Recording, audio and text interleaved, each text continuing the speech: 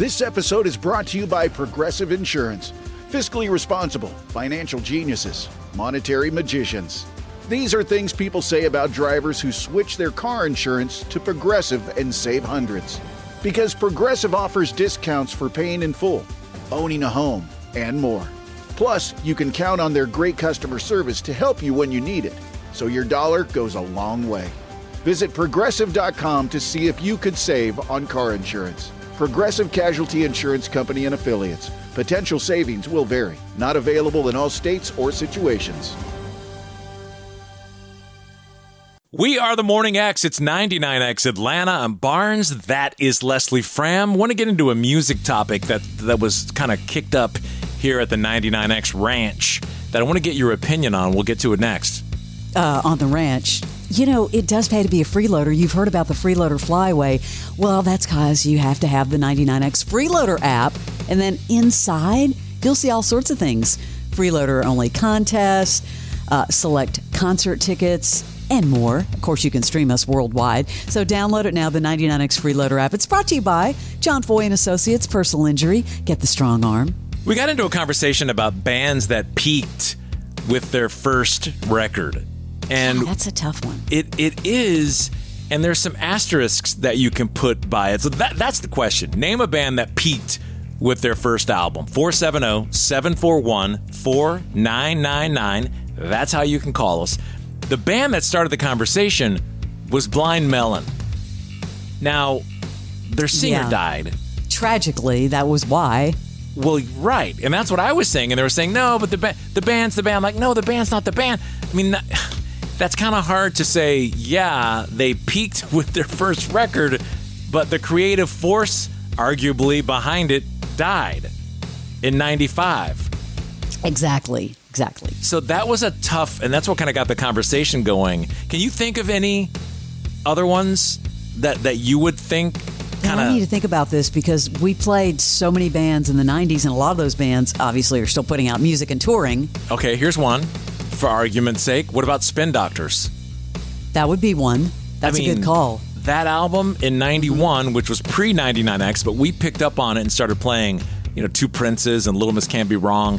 Had kind of a blues rock feel to it. Those guys are still out there doing it today, and you bet your ass they wish they could put out another record like that. I love it when people post like old playlists from 99X, and then I would go, I remember that band. Who didn't love Two Princes? I mean, but they were... Still love it. Like, they were at a bridge of an era going from, hair rock to alternative rock, and it was almost like they fell through by default into it.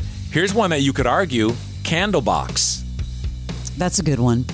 I mean, the first album, 3 or 4 times platinum? What about some smaller bands like Veruca Salt or, just some of I'm just thinking back in the 90s. But see, some of those I would argue that they had a great single. Remember that? They had a huge... in Austin, they were at South by Southwest, Bidding War, all based on that one song. So, for me, it wasn't even about an album. I don't know. One of my favorite bands of all time, the first album... Your Love, came from the first Play Deep, the Outfield. Yeah, you talk about that too all the time. They had multiple top 40 hits, but, rock hits, but they never really lived up to that again because it's hard because you're banned for so many years perfecting, that first album. This one might be a little intriguing. What about Hole? But was that their peak? Well, maybe. I don't know. She had so much turmoil in her life. True. Morning X. Good morning. Who is this? Good morning. This is Blake. Blake, name a first album that was a peak for a band. I think 311 Music was the best album 311 ever came out with. Oh. Huh. I know it's a hot take. They really came out with self-titled, but Grassroots is also a great album. I think, you could deep dive, and I think Transistor was good, but Music just has something raw and special about it that, for me, was always the best. I would... That's a tough one because I did like several of their records. I liked Grassroots a lot. Transistor is strong. Also, Sound System, still... Not even close. You don't think? It's not awful. Transistor, I think it's not awful, but it was definitely a drop off for me. And then I think Transistor it needed a little bit of editing for you to realize how great it was, because there was a few duds in there, and it was so many tracks. Well, 311 Music, I mean, that had so many great, but that was such a unique sound, I mean, to hit the mass. Like, there hadn't been anything that really, because I remember starting playing all that stuff early on. I was so into it. All the drumming and just all the ska influence in it I loved. But thank you. Appreciate you calling. Yeah, no problem, guys. Have a great one. We'll see you later. What band peaked with their first album? Hey, Morning X, who's this? This is Ashley. All right, Ashley, what band do you think? I think it would be Bush, and I love Bush, but 16 Stone. I mean, it's a great album, and like I think that really puts them on the map. And I love their other albums. Even their new one is really good. But I think like even when you go to a show, people go to see them perform the hits off of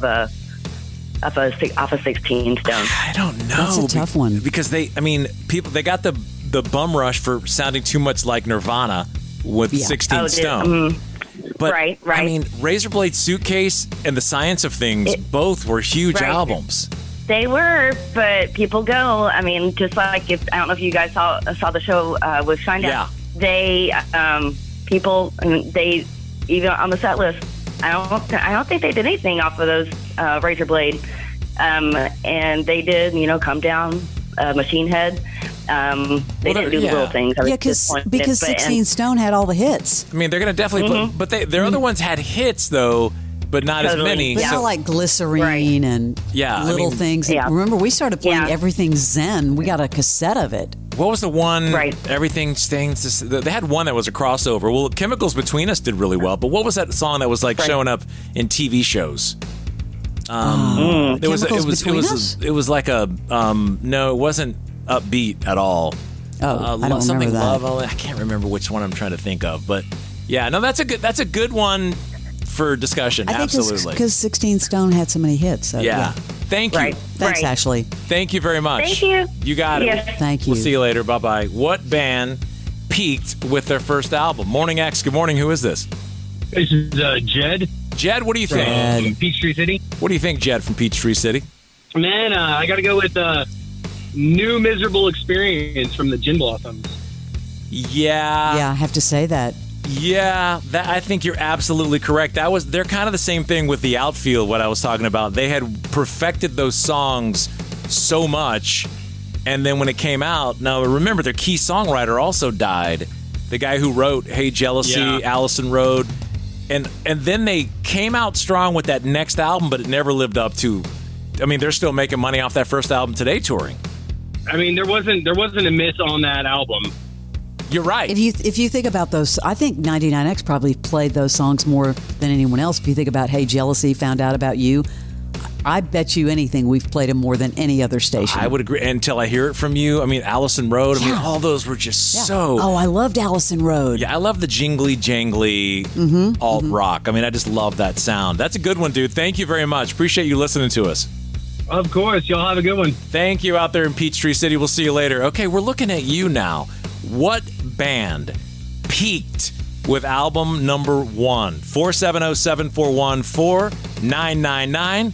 Call us. We are 99X. Hi, I'm Joe Saul-Sehy, host of the Stacking Benjamins podcast. Today, we're going to talk about what if you came across $50,000? What would you do? Put it into a tax-advantaged retirement account. The mortgage, that's what we do. Make a down payment on a home. Something nice. Buying a vehicle. A separate bucket for this addition that we're adding. $50,000, I'll buy a new podcast. You'll buy new friends. And we're done. Thanks for playing, everybody. And we're out of here. Stacking Benjamins. Follow and listen on your favorite platform.